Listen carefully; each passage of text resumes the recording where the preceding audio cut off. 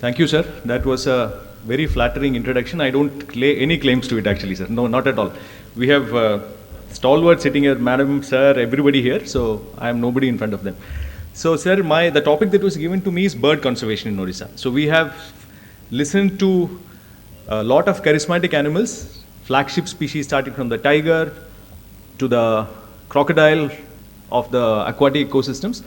Now, I come to very smaller creatures, but creatures which attract us by their, not only by their colorful plumage and so on, but also by their calls, and without which our forests will be very empty. So I am very sure there's a small graphic that is given, for particularly for trainees and students actually. So can you identify what this bird is? Excellent. Paradise flycatcher male. Okay. So I'll try to finish off, because I was told that 25 minutes, but I'll try to finish off in 15 minutes. I have only 20 slides, 3 parts and all that. Let me not go too much into the detail, and please don't hesitate to ask any question. If anybody of you might have any, just a show of hands will do. Okay, I'll start with this slide. Can any one of you tell me, there is a particular reason why I have put these 5 birds in this slide? Anybody from our trainees? And later on I'll start asking what these birds are. Okay, let me do it ulta. I don't want anybody in the front row or this side to answer at all. I'm focusing at this group. And please don't think that, I'm questioning your knowledge or something. It is just sharing of experience actually. So what are these birds? Can anybody tell me among you? Anything. First, let me see whether the pointer is working. What about this one, the first one? First one, this one? At least the group? At least the group? Is it a sparrow? No. Is it an eagle? Vulture, yeah, vulture, but which vulture? Okay, fine. This is what is called, in our times, I divide bird watchers into 2. Bird watchers who started watching birds before 90s and after that, because there's been a lot of nomenclature changes. So for those of the older generation, to which I also belong, with all of us belong, we used to call it white-backed vulture, Gyps bengalensis. Now it's called white-rumped vulture, because there is another white-backed vulture in Africa. So this is white-backed vulture. What about this duck in the middle? See, it's very bright, right? So the plumage itself gives clue to the name. Anybody? Okay. So this is the pink-headed duck, which unfortunately is extinct all through the world. We expect that a few surviving individuals might be there in the Mekong Basin in Myanmar, but nowhere in India. And unfortunately, we had them in numbers in Chilika. I still remember during the many conversations that I've had with you and Dev sir, he used to tell me that during his times, the last of the pink-headed ducks used to be found in Chilika actually. So it's just a matter of great regret for us. Such a beautiful bird gone completely extinct. I have seen a single skin. This is from National History Museum, Edinburgh. They have a single skin which is still collected from Garbhanga in Bihar. They have still kept it there. Okay. So what about this bird? Anybody? One on the left, this one? Loudly, you can tell loudly. Owl? No. Okay, I'm not asking about this one, I'm asking about this one. The one on the extreme left, below the vulture. Okay, fine, this is a little difficult. So this is a bird which is called a spotted creeper. Okay, there's many interesting facts about it, but I don't have the time. What about the one on the upper right? Which group? Woodpecker. Which woodpecker? Okay, again, for birds it's very easy to name them. Look at the color. Black woodpecker. So the previous generation of bird watchers used to call it black woodpecker. Now it's called the white-bellied woodpecker. Am I right, Shweta? It's the white-bellied woodpecker. And now here, the owl here, what is so interesting about it? Okay, this looks like our spotted owlet, which is very common. All of you would have seen it in the campus, but this is not a spotted owlet. It's a very rare owl, which was believed to be extinct in India, but which was rediscovered quite recently, about 15 years back in central India, Melghat, and this is called forest owlet. Okay, now you tell me, now we've identified all the birds. Why have I put all these things in one slide with respect to Odisha? Can anybody tell me? Very simple question. Yeah, please? They are not? Yeah, they are not in Odisha actually. They are not in Odisha.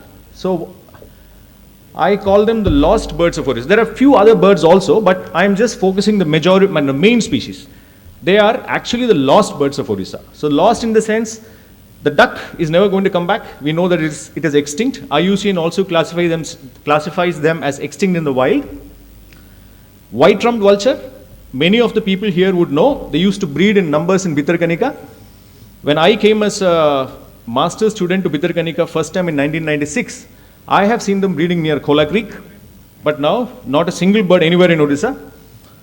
White-bellied woodpecker, very interesting. Active bird watchers here, this is one species that we should look out for. Ripley has recorded it in Dhenkanal of all places. There's a small note available, but completely unknown after that.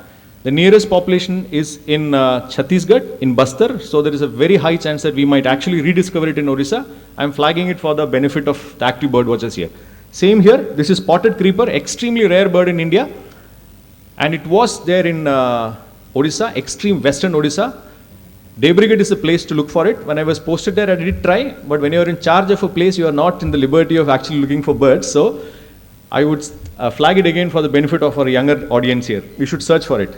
And this one, very interestingly, the forest owlet, there are 7 specimens available in museums across the world, including British Museum of Natural History.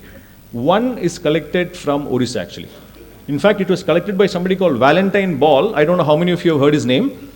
His primary claim to fame is that he is a geologist. He used to be the geologist of Geological Survey of India during those times. He is the one who discovered, diamond-bearing pans in Hirakud, hence the name. He was also an excellent ornithologist, and his was the first detailed paper which deals with birds in Odisha. 1877, there's a classical paper, and he has collected one individual. One specimen of this bird is collected from the tag. If you look at, I've seen the original specimen in British Museum of Natural History. It is labeled Kaliyal. Actually, it's from Khariyar. So maybe the bird is still there. We should look for it. So I have taken a little bit of time for this slide to make it interesting. Bird life of Odisha, I don't want to go too much into the details, but what makes Odisha very interesting is its array of habitat types available. Ours is an extremely rich wildlife habitat. And the uniqueness is that because the habitat is so diverse, like what I was telling earlier, we have right from the coastline to the semi-evergreen forest, to the evergreen forest, to the mangrove forest, and altitudinal range starting right from 0 meters MSL right up to almost about 2000 meters. We don't have any peak which touches 2000, but we have very high, the highest peaks in the Eastern Ghats are in Odisha. And also the biogeographical zone location of India actually. That I'll come to it. Many of you might have heard about Rogers and Pavard classification of biogeography, 1988. That's a classical work. In that, if you look at it, many people say that Odisha has got only 2 biogeographic zones. I would just like to add a small point which is often overlooked. Majority of it is Deccan Plateau. Some bit of it is also what is called the coast, 1 zone, 2nd zone. But Odisha also has a small bit of Indo-Gangetic plains stretching into it in Baleshwar. So suffice to say that we are extremely rich. And what is the uniqueness of avifauna of Odisha? Anybody who has watched birds would know. In fact, when I first came to Odisha, I did not get opportunity to watch birds a lot. I started birding when I was a boy in about 86. So I had a very clear idea as to what birds I had to look out for. But when I got posted in Simlipal in 2006 end, I realized that it's a treasure trove of biodiversity. So many interesting birds. You have Eastern Himalayan elements, you have Himalayan elements, you have autochthonous Indian elements, you have Western Ghat elements. So I don't have too much of time to go through it. This is a small, tiny little falconet, one of the smallest birds of prey in the world. It's about this big. It's called the collared falconet. And there's a small population which is there in Simlipal, South Simlipal. Very rare bird, but probably the southernmost distribution in India. There are very many species of which the geographical distribution stops in Odisha. Southern elements, Western Ghat elements, which again come and stop in Odisha. Malabar trogon, Malabar whistling thrush. So many species whose eastern distribution ends in Odisha, like for instance common babbler, large grey babbler, etc. And a very large number of species whose distribution are discontinuously distributed. Spider hunter, great-eared Niger, rufous-billed eagle, so many examples. What's the threats to our bird life? All of us know very well. I'll not go too much into the detail. Only one thing I'll flag is that climate change across the world has been now proving to be a major driver. And one of the often neglected aspects is emerging diseases of birds. It is not just avian influenza, but studies have indicated a large number of diseases having infested birds. One small aside I will tell you, I was lucky to be part of the 37th Indian scientific expedition to Antarctica, and I was mandated to look also to collect blood samples of penguins. So I had collected along with my colleague, Dr. Ashwin, who is from the National High Security Diseases Animal Lab. So we collected blood samples, and very interestingly, avian influenza has reached Antarctica also, the last frontier. So emergence of tropical diseases is coming up in a very big way. Illegal bird trapping and bird trade, all of you know. I need not tell too much into the details. Few points I'll emphasize. Owl trade in Odisha is something which not many of us know. Those of us in the forest department, we know that we often seize owls, but there is a clear-cut backward-forward linkages. And this bird that you see, this is what is called, earlier bird watchers we used to call it great horned owl. Now it is called Indian rock owl. Massively traded. Odisha is one of the main centers. So that is the reason why in popular apps, if you have seen an Indian rock owl, you cannot actually tell the location because it's barred. Because people can use it for social media is being used a lot in wildlife trade. Threatened birds of Odisha. There are a lot many species actually. In 2012, we have tried to compile it all together in a small book called The Threatened Birds of Odisha. Now we are working on the second edition of it, along with Dr. Rahmani. So just to flag a few points, see, we have got critically endangered species like the white-rump vulture. Hopefully we will start having it back again. Indian vulture or the long-bill vulture, which we have a breeding center in Nandankanan. Spoonbill sandpiper, although it's a long-distance migrant, you occasionally see it in Chilika. I have never seen the bird in wild in India. I've only seen it in Sundarbans, in sweetwater Sundarbans of Bangladesh. Endangered species, black-bellied tern, skimmer, great knot. I have only pointed out a few important birds. Vulnerable birds, pale-cap pigeon, river tern, lesser adjutant, black-cap kingfisher, bristlegrass bird, green avadavet. Each of which I can go into the details, but lack of time doesn't allow me that. So if you look at bird conservation in Odisha, all our protected areas, all 19 wildlife sanctuaries and 2 national parks, including the proposed national parks of Simlipal, all of them are very rich in birds, worth conserving. I'll just flag a few of the protected areas. For instance, Bhitarkanika, I'm sure all of you know, it is a supremely important bird habitat. So much so that even surpassing Sundarbans, all the mangrove obligates in the Indian subcontinent is found in Bhitarkanika, barring one species, that's a mangrove whistler. I have seen mangrove whistler being included in several of the checklists, but I don't think it is there actually, because it has got a call which is unmistakable. The only place in India where you can see mangrove whistler right now is Nicobars and one small island of Andamans. So I doubt whether it is there. Again, we can look for it. Simlipal Tiger Reserve, a very large number of species, but mostly important for pale-cap pigeon, Malabar pied hornbill, rufous-billed eagle. Bhitarkanika I didn't mention, there are many species, and some of the largest known herinaries of India exist in Bhitarkanika. I mean, they've been changing parts. Right now they've gone to Kalibhanjadi, if I'm not wrong actually, from Bagagano.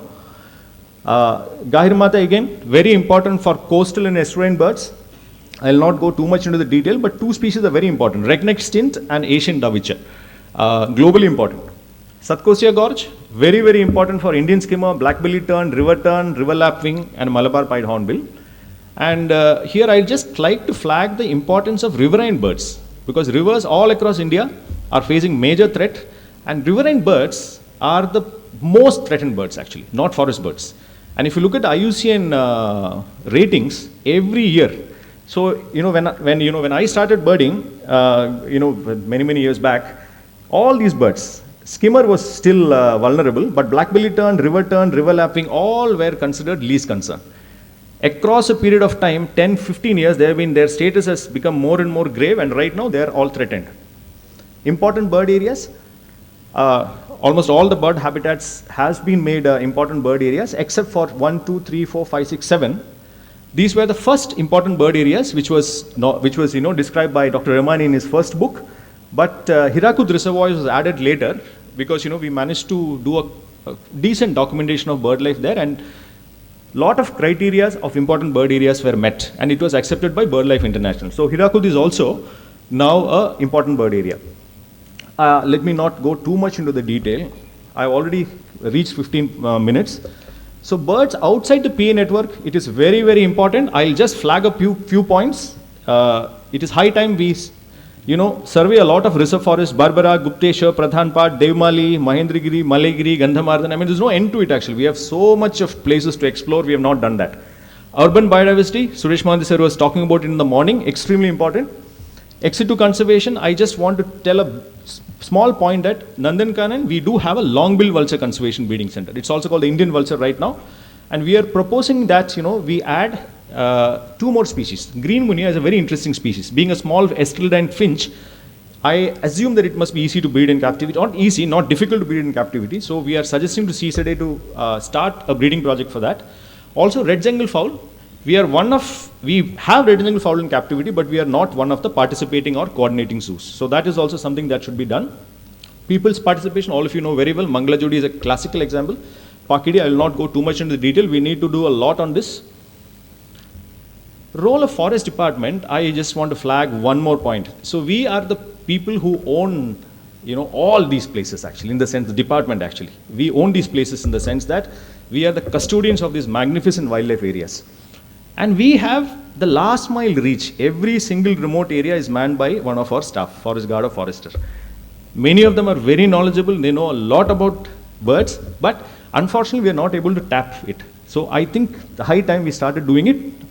Again, I don't have time to go too much into the detail. One more thing I wanted to flag here is citizen science. Over the last 10 years, I have seen a huge boom in emerging role of citizen science. And the very heartening thing is that recently we had a major global event that's called the GBBC, Great Backyard Bird Count. And it is a very heartening thing that Odisha stood in the first 10. Is it, Shweta? 11th position. So earlier, Odisha was nowhere in the scene actually. I mean, there are other states which have gone far ahead. But now I was also surprised. We have come to number 11 and more than 115 species was recorded in the course of 3 days. By a beautiful app called eBird. Let me not go too much into detail. I'll also urge all of you to look at this particular publication on the right hand side. It's called State of India's Birds 2020. This is brought out by a consortium of organizations led by an organization called Bird Count India. And they have done this wonderful, beautifully documented effort. They have culled out crowdsourced information, which is also peer-reviewed, vetted, from over 15,000 bird watchers across all the states. And they have looked at evidence-based presence, absence, and density of birds, and they have come out with conservation significance recommendations. So this is a PDF is available. The next edition is, the work is ongoing. And I welcome all of you to join us in Nandankanan. We have started what is called a Sunday bird walk using this eBird app. So our education officer and our biologist Rajesh, everybody is very active in that actually. And every Sunday we have it, including day after tomorrow.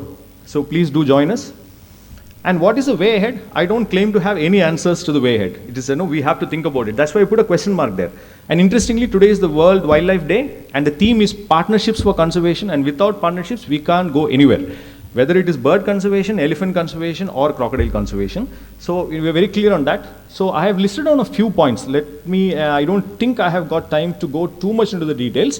This PPT is available for those who are interested. My main audience is all of you sitting here. So later on we can talk about it, but there are some things which the department can do, some things which each of us as citizens can do. Academics, very important, and civil society organizations, NGOs. There are many, many things that can be done, and together we should be doing all these things. Each of it, I know, is theme of a single presentation, but I don't unfortunately have time to go through it.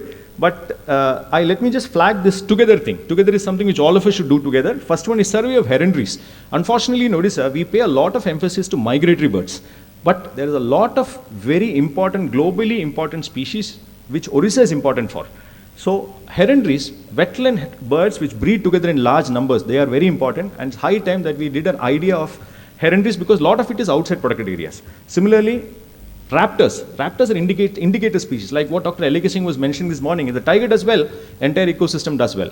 Same thing for raptors also. Large many ways, large raptors are long living. If they're doing well, which means that the entire ecosystem is pretty intact. So I think it's high time we did that. Fight illegal trade. And because the wildlife protection has just been amended, so a lot of scope in the department right now, we need to put systems in place and citizen science using this thing. Few resources available, let me not go too much into the details. And once again, before I stop, I'll mention that these are the birds for which Odisha is globally important. And all of these are residents. The first one is brown-winged kingfisher, found in Bhitarkanika. This is the mangrove pitta, which a lot of foreigners come to see in Odisha. Again in Bhitarkanika. This is the Indian skimmer, which is breeding in Kakadi near Mundali.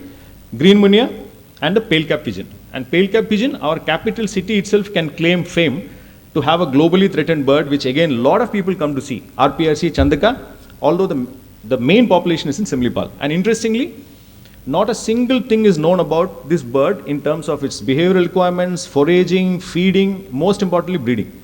We don't even know its call. That is the interesting part. I think I should lay homage. We all stand on the shoulder of giants, as I say.